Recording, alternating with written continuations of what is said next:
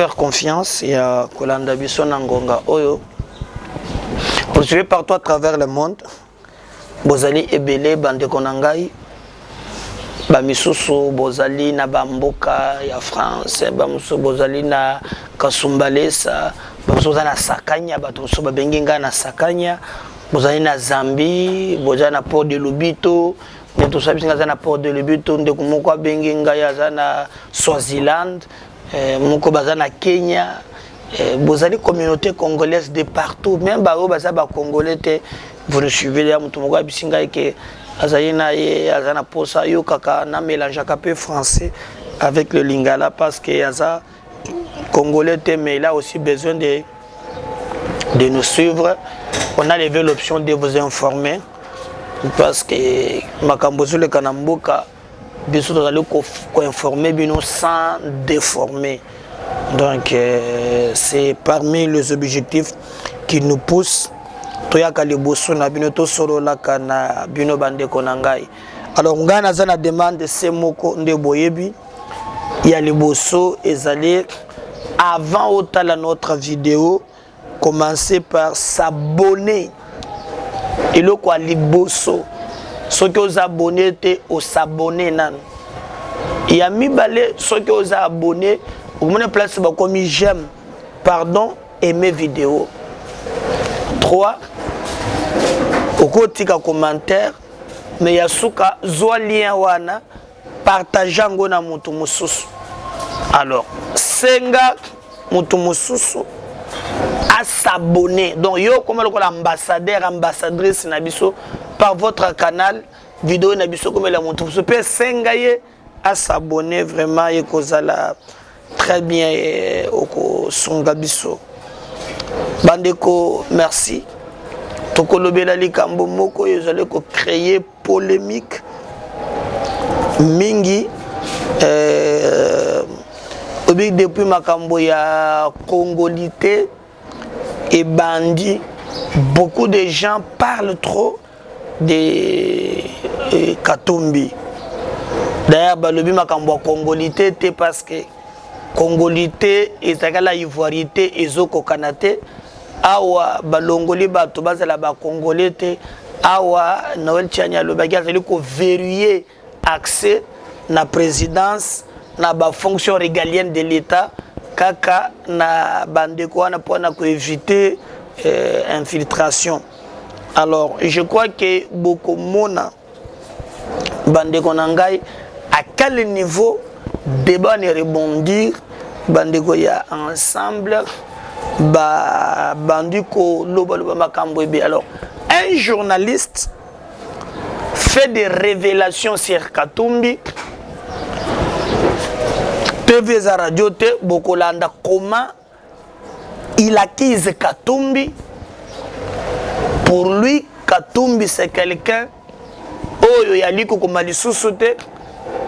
Tango a relayé un article Katumbi yambaki yena munduki. Est-ce que c'est vrai Toeza Lukuta? Parce que même le journaliste Namalobanaye Azana Kati yako cité journaliste Moussus comme témoin Bokolanda yangu na émission Oyo. Toujours na makamboana je crois totalisa kibino lolenge nini tango bakangisha kindala balakisi biso ndako na ye lolenge vraiment basasi bapanzi yango. Est-ce que ba service nde bakoti basali bongo? Mais pourquoi faire ça? Même si azala kimbeba voilà au motu autour ya ba biloko wana otokolobela mokolo ya lelo boyebi bino mokoke il y avait une mission otikoleka bolandi ki batrion so batena ki ba propos wana ya ba to bakolia bato la plupart tout la muzayaya. Est-ce que ceux qui bazomo na ceux qui ezali makambo eleki ebele. Alors je reviens à la première thématique, il y a un journaliste, comme Bonaye Joël Kade Ndanga, a Outiko Sala, exclusivité Moko, Asali Yango na ndeko journaliste Christian Bosembe, Oyo Ayambakie. Alors, lors de cette émission, Bazalaki Mibale, il a laissé croire aux gens qu'il s'est passé quelque chose. Il y a quelque chose selon Yalobeli Yango. Azalaka journaliste dans Lubumbashi, c'était en 2004. Kangada Toana 2004. Eza maloba nangate, eza maloba ya Joël Kade. Il explique à Lobi, à Longwe, à la radio, comme article Moko, et dans cet article, on montrait que Katumbi, Azalki na balien na bazambien, et à la fin, à Kangaki ba minéré, ce qui ndengenini. Et le journaliste a tangaki un élément relié à journal. Alors, tango a tangi, selon Malobanaye, Katumbi a tindelié un journaliste qui doit être Edi Kabelou, c'est ce qu'il dit. A bengi na bureau naye. Tango a na bureau Katumbi a lobby démentir cette information. Alors, l'icolo ya mesa, c'est l'homme à l'homme pour l'an lobby, Katumba Zalaki na revolver. Donc, a bengi na munduki. Alors, na ce qui te landi message naye entre les, il veut na lolenga ya mbaki, c'est que munduki c'est que koboma. Donc, il est prêt à tuer. Est-ce vrai Koboma? Pourquoi Koyamba Mutuna Munduki? Malobawan est engagé à Joël Kade et Moïse Katumbi Yamba qui est na Munduki. Et tant que tu messier, tu dois démentir cette information. Il y a lobby, moyen de démentir exact. Parce que y a mon temps qu'on m'a quitté, c'est un élément relié à un journal. Et qu'il y a tangi kaka, donc il faut démentir et c'est ngeli bazonga la mokolo journal adema a bakoma yenda yeko tanga lisusu. Donc débat il est kakimakashi. Alors là si en suivant Joël Kade, donc les Camboya ya ki congolais o batola musile les Camboya lelote ezali Camboya kala. Et botinde ba problème moi mingi dont les gens pensent que c'est question de vie ou de mort. Donc je comprends pourquoi tango kaka balobi Noël Tchani tout le monde est major et la muki donc pour na koloba qui est allié. Alors lors de cette vidéo Bokolanda bandonga bana tchela bino. Vous comprendrez le problème du Congo est tellement profond. Et bandi les lotés. Okende na est okokota bande komoko bazawana bazu kombo ya parce que molenge ezalaka molenge za kombo ya ngomba na biso bango babonne bakomi ba nyamolenge o le molenge ezalaka te ba nyamolenge bazalaka te bango pe bazana problème na bango kono. De l'autre côté problème aussi. Mais n'oublie pas que dans ces débats il y a aussi dans la communauté internationale qui n'a jamais été sincère avec nous-mêmes. Le menace, il y a balkanisation qui pèse sur le Congo. Ils allaient plein et ils allaient vraiment appuyés par la nébuleuse communauté internationale. Donc on a un sérieux problème. Il y a existence en tant que nation.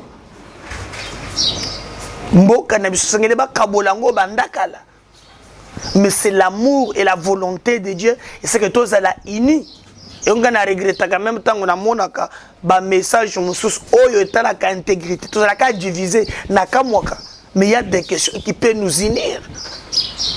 Donc ba problème mo besoin to balingi ba kufela lelo ba to ba potana e bandi kala parce que vidéo mon alingina tchela bien en 2004 selon ce que Joël Cadet a lobby 2004 bayambaki na munduki. Quel était le message ya koyamba Cadet na munduki selon maloba Cadet a lobby ezelaki ya nini et à lobby na débat on ezelaki chaud ba forcer ba sali pas moyen ba bundi pas moyen.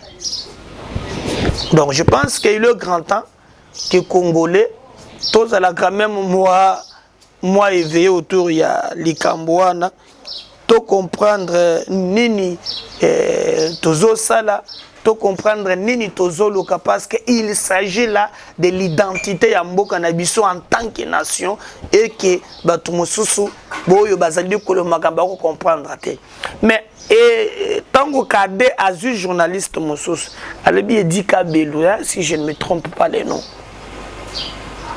alobi azana bomoi tango Likambouana salami. Et à l'époque, selon Joël Cadet, Katumbi, Azalakina nous Zambiens. Mais finalement, Katumbi a une nationalité combien? Zolo, grec, tout ça, boye. On ne comprend pas. C'est là où non succession il y a vidéo. Parce que je crois même na le bakinga émission nanga musoso les keka wa kenonga na ko confirmer yango te mais bato pari aussi que mais parmi les Kambo Cadet le miseli munduki c'est pas un peu problème c'est que non Kajombo Kouf il aurait cité et Katumbi azalaki boye bazana ba information c'est parmi aussi les Kambouana balinga Kate les Kambouana basimba yango. Alors nous suivons maintenant vidéo et kolandana quand même série par série pour comprendre que tout ce qui donc suivant le premier vidéo ezali oyo Joël Cadet ndanga ce qu'il dit na likambo na bisobino lolengene ni Katumbi yambaki ye basoli na munduki na mesa. Aussi certains... Je vais vous raconter une histoire vraie. Oui. Et je prends un journaliste à témoin, Edika Belou. 2004, Katumbi, il est rentré au pays. Il est poursuivi en Zambie pour fraude et corruption en complicité avec l'ancien président Chiluba, qui était, entre parenthèses, son cousin, et par qui il avait eu la nationalité zambienne. On le cite dans le journal Étendard de Michel Mouanansompo, paix à son âme, l'ancien président de l'UNPC. L'Étendard, on m'amène le journal, j'étais à la radio Mosaïque. J'ai fait la revue de presse. Là, à Lubumbashi. À Lubumbashi. Où j'ai lu cet article-là. Il m'envoie le journaliste sportif, Edika Belou, que beaucoup connaissent. Appelez-moi Joël. Katumbi m'a reçu avec un revolver sur la table. Vous, Joël Cadet? Joël Cadet Ndanga. Authentique. Là, il était gouverneur, il était... Non, président de Nani dans ses affaires. Okay. Sur le fond, il m'a reçu. Vous pouvez demander à Edika Belou, il vous le dira. J'ai dit, revolver sur la table, il me dit, monsieur, vous devriez aller démentir cette information-là. Or, médias zambiens, tout le monde en parlait. Il était poursuivi. Il fallait qu'on puisse l'extrader. Et le gouvernement zambien avait demandé qu'on extrade son citoyen zambien pour aller comparer devant les cours et tribunaux. Mon frère, moi je lui dis, c'était une semaine de mon mariage. Je lui ai dit, je ne peux pas démentir une information dont je ne suis pas auteur. Demandez au journal, que le journal demande ou adressez votre droit de réponse au journal. Comme ça, on m'enverra le même journal, j'ai référé la revue de presse quant à ce. Non, monsieur, vous devriez aller démentir ou vous aurez affaire à moi. Je suis rentré, j'étais encore tout petit, le mariage dans une semaine, tout tremblotant. Je suis allé pour dire non, c'est faux. Voilà, je crois, Bolandi, Joël Cadet. Maloba, il est engagé Béyé. Donc est-ce que parmi les problèmes toujours tourner les lots, c'est parmi les causes donc qu'on affirme. Mais avant hier kada lobi non si bon maintenant na lingi bo relier na maloba oyo et César bien ozo muto pesa point de vue na ye so zu maloba ya kade alors nazo senga kelia chela bino maloba moko ka jombo lobaki o bato bazolobaki hein yango nde lokeli liwa. Moi je ne confirme pas mais balobi maloba wana nde lokeli liwa. Comment en tout cas je peux expliquer hein? Mais boulanda sikoyo maloba joli kada lobi na makambo kadiombo pe alobaki. On suit, on revient après. Moïse Katumbi akimi mzee Laurent Désiré Kabila akeko fanda na Zambie kuna na Zambie asali pe makambo na ye aza Zambien pona biso tondi makazalaki Zambien tozali ko douter biso tout toyeki kaka ke mutu moko boye akangi minere ya Jekamine ekoleka te parce que alobi Jekamine aza nyongo na ngai il faut afuta Jekamine akeko tala katumba mwanke soka zalaki awa nde a témoigner mwenze Kongolo po azobela yaya na biso wana il était là bako makuna Moïse Katumbi mais on ndeko na biso Congolais oyo habité na Zambien bakonzi ya Zambie balobi aza Zambien bo futa ye yango to kangi minere na bino bafuta Moïse bande konanga bafuta Moïse par la Jekamine bato Jekamine basali souffrance bafuta ye omoni sensi ya kozala kotoyo ozali koto ozali tango sepelisaki ake kotoyo akangi minere ya Jekamine Congo inyokwami Congo efuti nyongo mais lokola tozaka batu pete lokola corruption esimbaka makasi avec nous azongaki lisusu tango muze akufi akomi Congolais ya awa bande komozala. Est-ce que vous ne pouvez pas réfléchir vous? Voilà. Donc soki ozwi maloba wana okangisi yango na oyo je ne sais pas comment vous allez komona yango. Alors faut-il tokende na loi wana kutukekut? Quelles sont les conséquences à l'interne et sur le plan international? Parce que makambo wana yaba ndeba ngibemba yango ba identité ou ya verrouillage et la plupart baluka frustration. Mais est-ce qu'il faut qu'empêcher le débat et les canaux parlement bisoto lingi débat et les kate? Est-ce c'est normal? Mais pourquoi ces problèmes ils ont agité boy pour l'anime? On a précisé, les mêmes problèmes n'est pas égal à la Côte d'Ivoire. L'ivoirité, ce n'est pas la congolité. On ne parle même pas de congolité. Voilà au moins ce que vous devez retenir.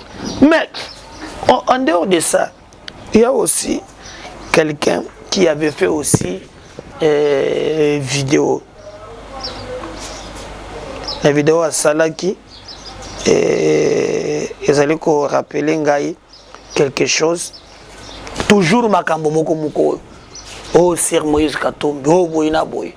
Ah, comment ngana kolobate, hein? Nazo linga, ba image nde loba mingi sika nangai. Bon, il est très proche naïe aujourd'hui. Il a tout oublié, peut-être que les choses ont évolué, mais à l'époque, il avait dit des choses sur Moïse Katumbi. Alors, les Congolais, on erre sans si la parole, mon tanko lo balikambo lelo, lobia bongwani, eza normal, batubazo le kisayango, mon tanko tona moninga likambo ezate, mais ailleurs, la parole, lorsque on tolinga tenir maloba, à réfléchir à 2 fois. Et je me souviens, Chinarambo, à l'Obaki, il faut parler.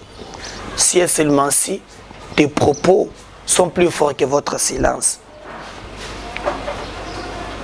Donc, moi je pense que tozana mboka moko oyo motokole ba makambo na tongo makambo mususu alobi penza zoloba biso boye na boye tout ça lobi kama lobo na changer le soko mina ngambo mususu pe azo tambola zo se gêner te ils a passé ils a passé ils a passé pe mawa donc tozana classe politique ya bongo mutongo bokolanda vidéo c'est que lui avait dit comme on a allé Jean-Claude Mouyambo.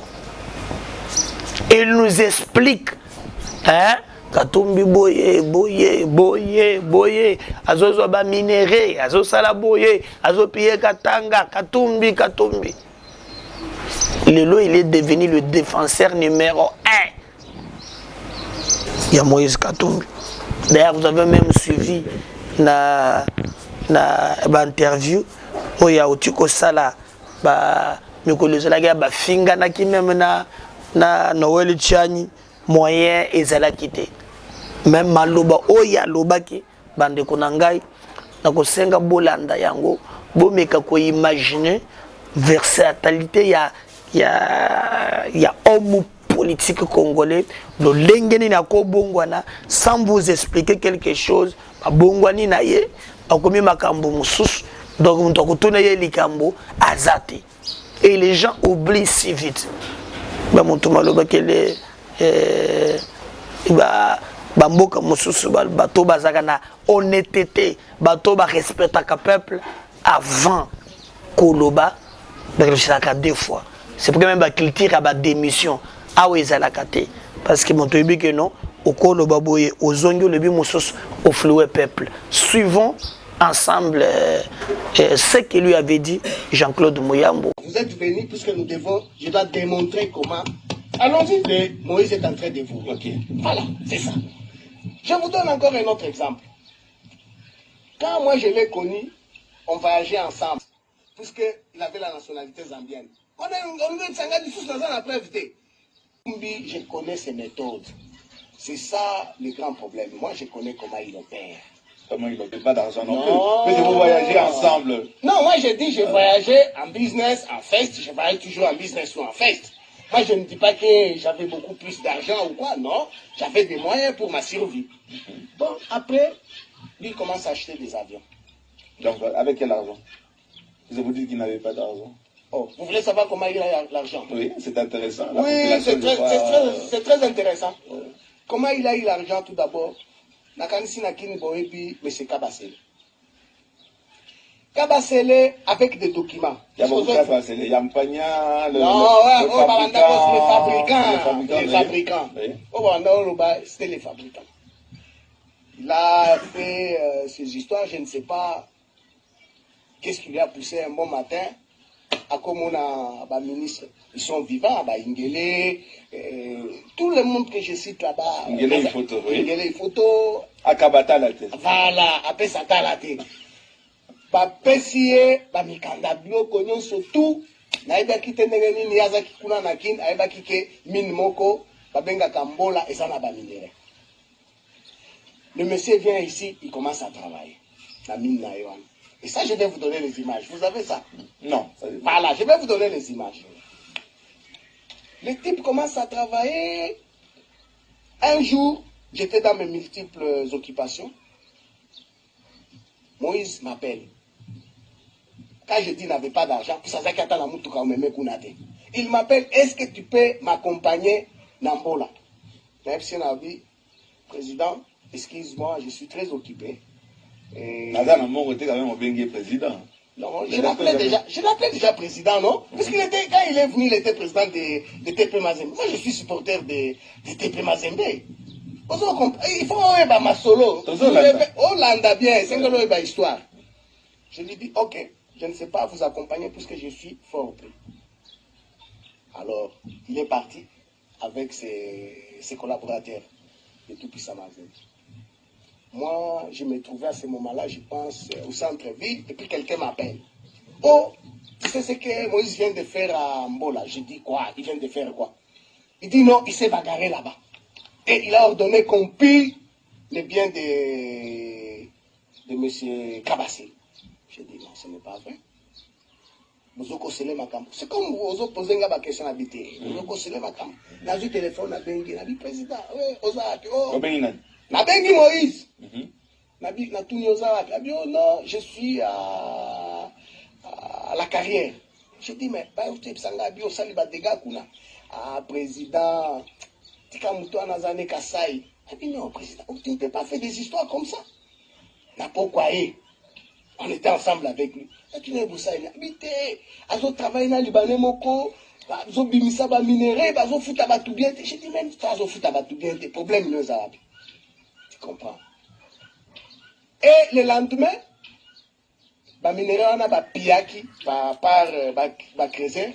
Atindi mutune moko kamwanya, ba benga ki kamwanya. Il va là-bas à récupérer ngonyo sabi tozo e la bino mbongo. Aya ayoteka ngwa na société moko bakobalt o comment na bilité bakobalt ayoteka ngwa tango ateki ngwa cobalt na état brut so ba quantité pas na kobimisa ne fils de 1 kilo c'est là na moto domaine c'est là na kanisi bloko zo poser nga c'est plus que zo mona ngo curiosité oyebi ba minéraux na bazo tango na ba sac ya 50 kg mais tozomana ba camion voilà bazo tango na ba sac ya 50 kg ba creuser tellement bazana makasi dans moins d'une heure ba pomper ba camion à 20 tonnes ata mibale bazo charger kaka. Mais ce n'est pas ça qui fait la richesse de quelqu'un, monsieur Mouyamba. Oh, demande-moi ça. Oh, écoute, alors j'ai l'impression qu'on est ignorant. C'est-à-dire à ce moment-là, tant que puisque ces jours-là, Valère va minérer wana. Valère va minérer à moins na mi tromper ezaki pour une valeur à $1 million. Valère va minérer.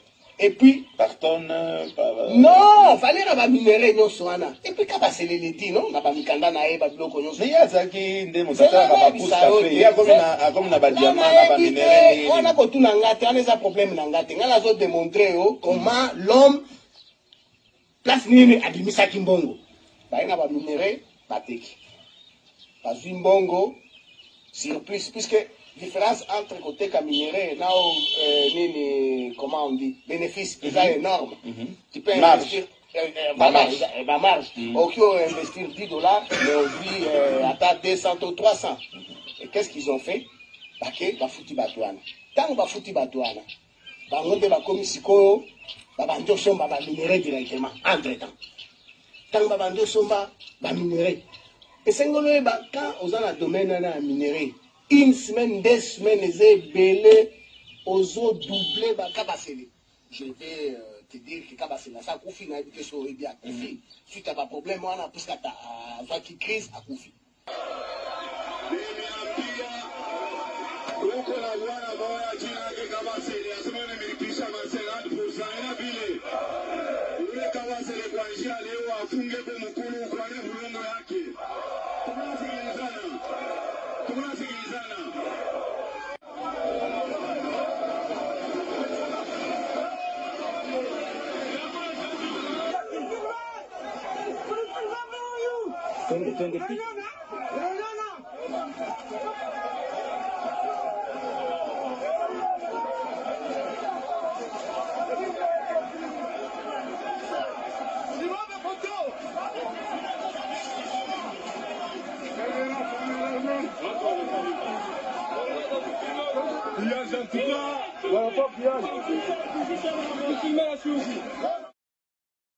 Comme c'est un mafieux, Aébi Kengane Aébi Makambone Belé, Anga Bomanga, comme ça, tu as l'année, bon, on est à Angelou, et après.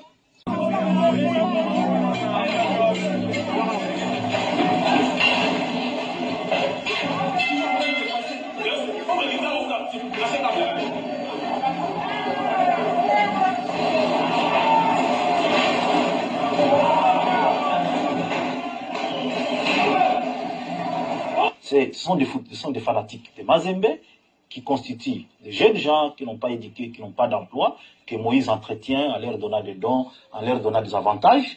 Et lorsque vous émettez un avis contraire à celui de Moïse, en tout cas, sauve-toi.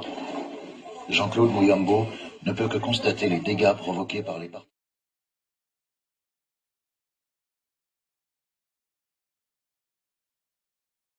Non comment, je crois que Binomoko, Bolande, comment Eleki, mais sur les réseaux sociaux, nazo confirmé te. Bayebi Singai que député ou d'ailleurs, ceux qui Bolandi audio Eleka qui Christophe Mbosso aloba que non. Abatela qui député wana metango bakangi jaki soki ya solo nazolanda parce que non akimi est-ce qu'akimi ya solo en tout cas batunde bazo le baloba na réseau bazo benga ngai na ko confirmer te que non akimi to azate mais muto bakangi ezali jakindala ye na yokite ke bazana poursuite bien les kambo moko contre ye est-ce qu'akimi ko banga pondenge alingali ya bato je ne sais pas. N'oubliez pas de vous abonner à MKBS officiel. Partagez nos liens, commentez yango. Vraiment, tous osez là votre contribution et que vous allez le bienvenu pour te servir bino dans ma condition et single. Si Dieu ne revenait pas, tout comme on a les sauces. Bye.